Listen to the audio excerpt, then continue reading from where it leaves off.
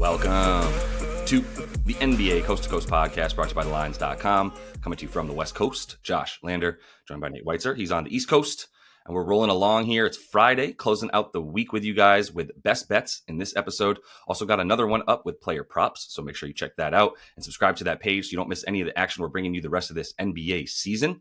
Nate, we're going to kick it off with these best bets, a little 2-2 last night. So let's see if we can improve upon that, get a little 3-1 here. Kick us off with your first look for Friday. I'm going to go with one that might seem scary at first glance, but it's because it's a Grizzlies under 240, but 240 is extremely high, especially for the Sacramento Kings, because I don't want to bury the lead here. The Kings are the number one transition defense in the NBA and also number two limiting offensive rebounds. So that is what Memphis does, especially when you don't have Ja Morant to break down a half-court defense. Bane and Triple J can do their thing. The last time they were in Sacramento, they happened to shoot dreadfully, 32%. So I'm not that worried about them carrying them. The last five against Sacramento for Memphis, they've averaged just 102 a game, despite getting the free throw line a fair amount. But limit those two things, and you can limit Memphis for sure. And I mean, their pace is still insane without Ja Morant, and you pointed that out. They're still playing at a 108 pace, basically.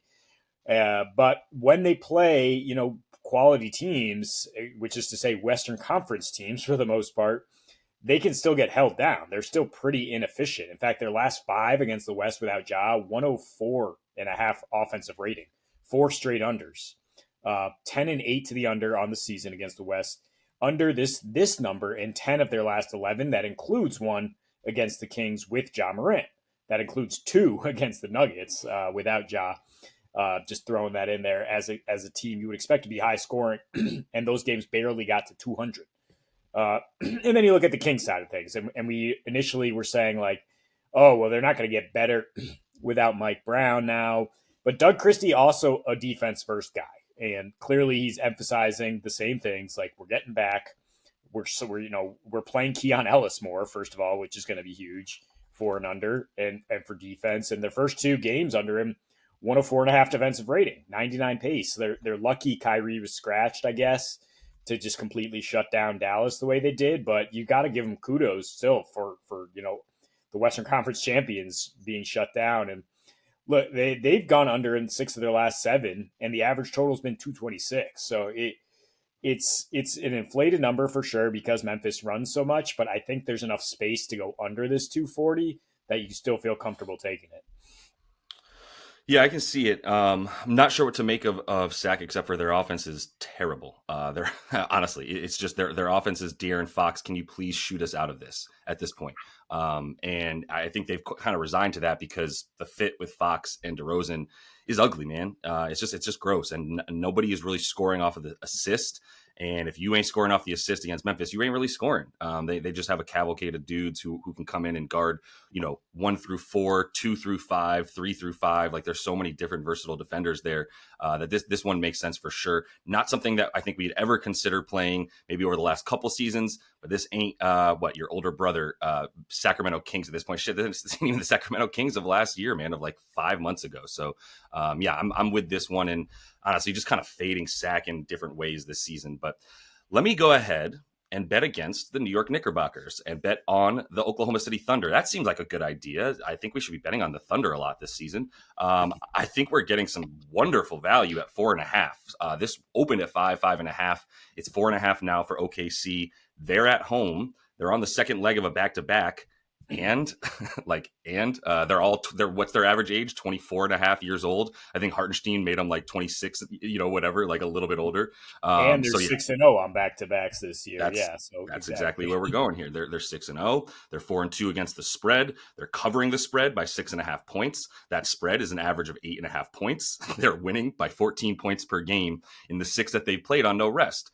Fresh legs, man. These dudes ain't made up of 35 to 40-year-olds. So you got Brunson questionable, and my ears on the ground, which I actually kind of do have ears on the ground with the Knicks. Don't like the way that Brunson looks right now. McBride is probably more of a go, but I just told you the 2 dudes who come in at different times, obviously McBride for much less time and run the offense might not play, at least one of them. And so the problem here is that even if they did play, I'm not sure how impactful a McBride or a Jalen Brunson would be. That's what this team does. Easiest under of my life, perhaps, was Norm Powell under points yesterday after James Harden gets ruled out, because you need someone to pass you the ball against OKC. You're not driving into the lane and beating this team. They're number 3 limiting pick and roll points. They're number 2 limiting ISO points. They're number 1 limiting points in the extended paint and in the mid range. So everything you want in that, until you get to the rim essentially, or in the corners, you're in trouble, man. You're in big trouble, and that's what this Knicks offense is predicated upon. It is entirely get into the paint. Either Brunson needs to get into the paint and then force the defense to come to him, and either he's going to the foul line, hitting a jumper, or spraying it out to the corners. And if he's not in there, 1, that's a problem. 2, I'm not sure he's going to be able to get into the lane, as we've seen with him before. I would be going under 24.5 points for Brunson just now anyway, and with the assumption that he is playing. Obviously, if he doesn't, it's a void. But this is just not a team that I want to cross right now with the Knicks, who don't look good on defense at all, by the way. Like, their ability to limit the pick and roll is more than suspect. Unsurprisingly, when they're going to put Brunson, they're going to hunt Brunson, they're going to hunt McBride, they're going to hunt anybody that's not OG, Josh Hart, and McHale. Obviously, everybody else is fair game to just get crushed, and that includes Cat as their main defender in that pick and roll. So I expect Isaiah Hartenstein to be eating, whether he's diming up or scoring. I don't know. PRA might be a player, or PA for him. But yeah, Cat's going to have his hands full. This team's. I think this could be a 10-point win for the Thunder. And I love my Knicks, but like really, I cannot see how they pull this one out on the road in a game that I think that this team's going to be up for OKC. Yeah, I was looking at Hartenstein for this game as well. I agree with your logic. Also, looking at some of the schedule stuff, front end of a back-to-back for the Knicks. They had to go to Chicago tomorrow, so they could easily be like, let's hold out Brunson.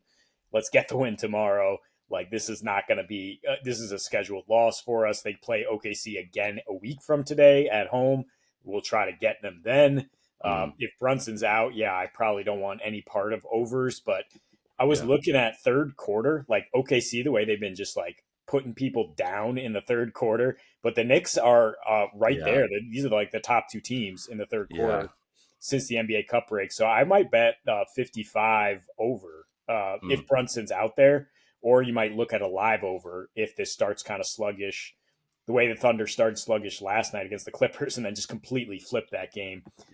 So, I mean, that requires a lot of scoring though, right? Yeah. Hoping for scoring here in Detroit. I think you got to check the injury news before you fire on it, though. It's 219, and you got to make sure LaMelo and or Brandon Miller are coming back. Mostly LaMelo, because the Hornets actually have a way worse defense without Brandon Miller, even though he did light it up the last time these teams got together in November, and that game did get to 244. And that was with Jaden Ivey and Tim Hardaway Jr. both struggling in this Pistons lineup, and it's just a completely new type of offense now. The Pistons are such an over team. In their last 7, 119 a game, 102 pace, that's 7th fastest, and 10th worst defensive rating. And again, looking at that third quarter stuff, 5th worst after that, where the Hornets actually have been winning some third quarters. So good kudos to them. As we know, Jaden Ivey now done for the year. They've played 3 without him, and those games have averaged 247. And Cade has just been a usage monster, averaging 29 and 12 dimes. So his props certainly live. I think you like it more. Again, if LaMelo plays, we like our other Pistons props and player props more if LaMelo plays, because you just worry it can get slow and choppy if the Hornets don't have him.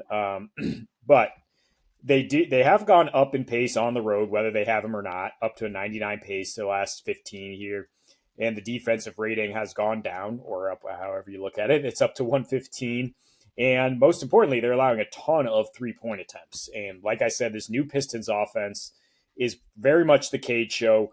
Keeping THJ out there is Bickerstaff, even though he's not really shooting well, just to give that spacing. And then you can get Malik Beasley looks, and he's just hitting 6 threes every freaking game, which is fantastic for your over, fantastic for your Beasley props, and for your fantasy team if you picked him up. So as long as LaMelo's in here, fire the over. I missed Malik by like a week or two. And it was before the Jaden Ivey injury. But I mean, I think Malik Beasley is a better basketball player than Jaden Ivey. maybe Jaden will turn into one before long. They're not the same player by any means. One is very cerebral and a very good shooter and a very good defender. One is worse at everything I just said, but not that bad, right? And Malik Beasley, yeah, I like him to add to the points. I think the interesting thing is going to be how they sort of offset him with Cade. If you look at his numbers with Cade Cunningham, good, not great, but good. Without Cade Cunningham, freaking Ray Allen, honestly, like just absolutely unstoppable. So like 34 per 36 is where Malik Beasley is at this season when he plays on the floor without Ivy or Cade Cunningham. That's pretty absurd. And that's about 8 minutes a game, but that's a lot. So I think he's going to be doing really well tomorrow. And yeah, I think LaMelo being in, I don't actually think it matters. I'm going to be honest. I think you're okay because LaMelo, as bad as he is on defense, I don't think he's helpful to the overall offense for Charlotte. And that has been proven in the last 2 games without LaMelo, where it's like, whoa, what is that? Was that a pass to the corner? Did someone just drive and kick and not just pull a 38-foot 3-point shot? Like, we need to really scrutinize the NBA right now if LaMelo Ball is leading the Eastern Conference guards in voting. That's absolutely insane. But let me get to this Denver-San Antonio game here as I get off my soapbox complaining about LaMelo. +7 for San Antonio. We're on opposite sides of the coin here, so I'll go first and let you rebut. But who do you think you are, Denver? Favored by 7 points against a team that hasn't failed, that has covered this amount of points in all of their last 7 games for San Antonio. Right now, we're talking about the 27th defensive rated team, and we're going to take them +7. That means that we don't think that San Antonio can come on along for the ride. And I actually disagree that they can't. And now I wish they had Jeremy Sohan more so to stop the Nuggets than anything. But Aaron Gordon not being in is like, all right, cool. We just took 2 dudes out who are just going to bludgeon each other to death in this game, and neither of them are going to play. So things are probably going to be open. We see this at 238.5. I think Jeremy Sohan, if you look at his estimated plus minus, he's worth about 2.5 points to the total.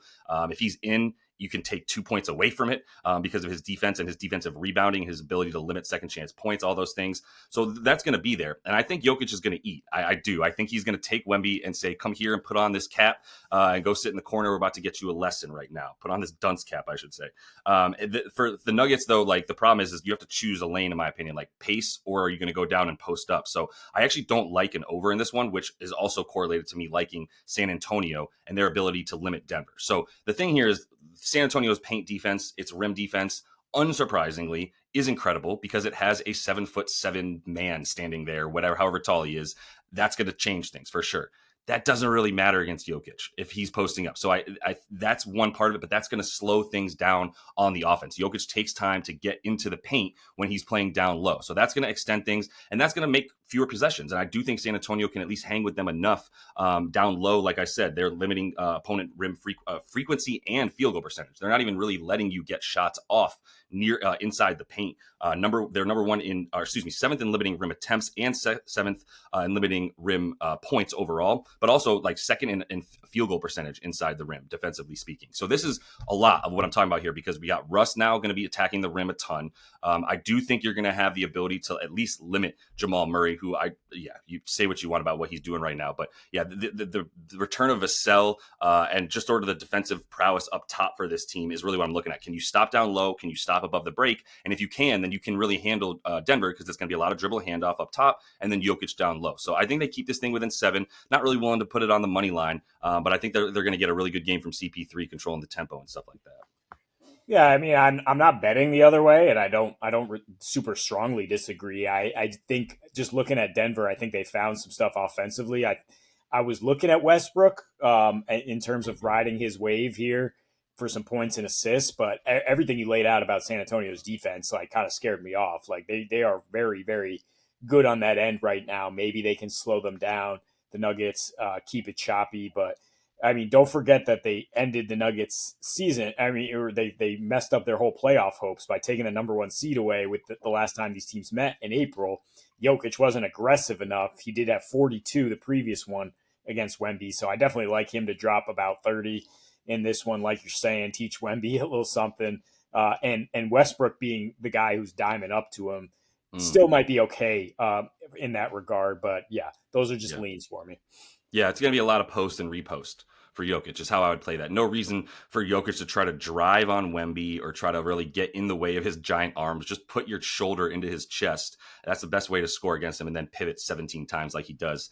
But anyway, that is all the time. It's going to be a good game. I'm actually really looking forward to watching that one at the end of the night here on Friday. So that's all the time we have for you, though. Continue to follow along. Make sure you do check out the player props episode that we have up for you like we do each and every weekday. And until we see you next, happy betting.